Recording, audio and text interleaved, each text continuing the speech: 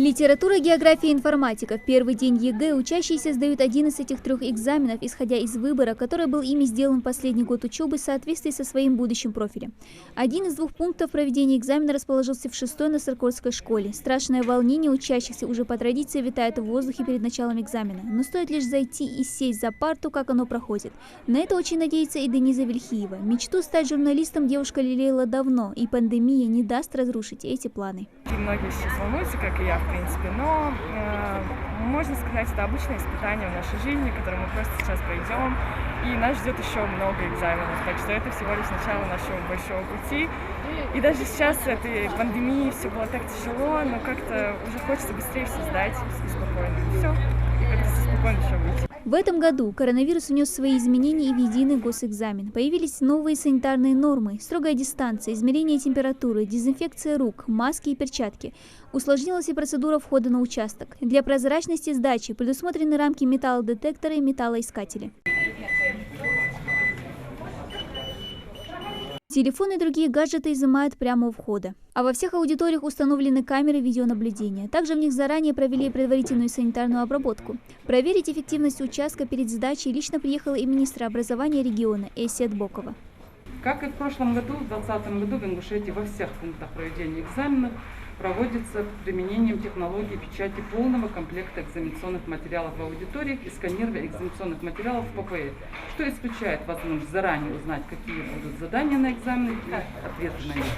Каждый пункт проведения экзамена обеспечен многофункциональными устройствами для печати и сканирования экзаменационных материалов. Все ППЭ оснащены средствами видеонаблюдения блокираторами сотовой связи. Экзамен по 3 предметам в регионе сдают 323 учащихся. На написание им дается более 4 часов. Попытка списать автоматически влечет за собой аннулирование работы и недопуск к другим экзаменам. Проверить прозрачность проведения единого государственного экзамена приехал член Совета Федерации от Ингушетии, председатель Государственной экзаменационной комиссии Мухарбек Барахоев. Были некоторые нарушения. Это традиционные нарушения, которые допускались и ранее. Это и пронос телефонов, и использование шпаргалки. Сегодня были допущены такого рода нарушения 5. 4 выпускника были удалены из пунктов за пронос телефона, и 1 участник экзамена за использование шпаргалки.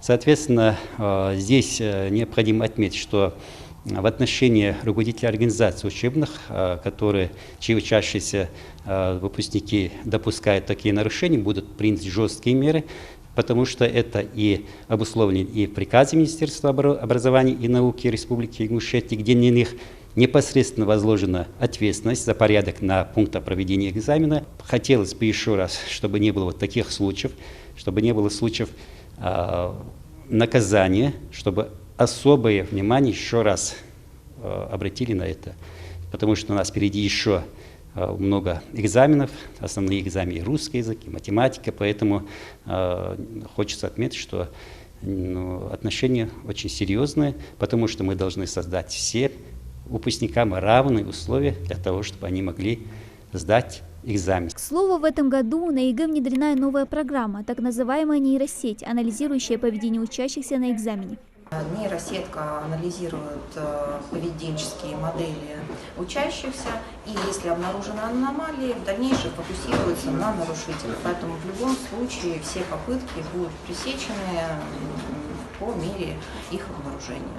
За учащимися строго следит и корпус федеральных общественных наблюдателей. Заходить мы не будем, потому как не разрешают. Мы будем просто стоять у двери. Но если будут обнаружены какие-то нарушения, то мы имеем полное право зайти. Так как там находится стул для общественных наблюдателей, мы можем сидеть там не больше 20 минут.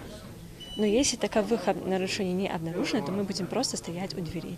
Следующий экзамен по русскому языку будет проходить 2 дня, 6 и 7 июля. Ну а для тех, кто не сможет принять участие в ЕГЭ в июле, предусмотрен дополнительный период проведения экзамена в августе. Дана Плиева, Адам Далаков, Новости 24.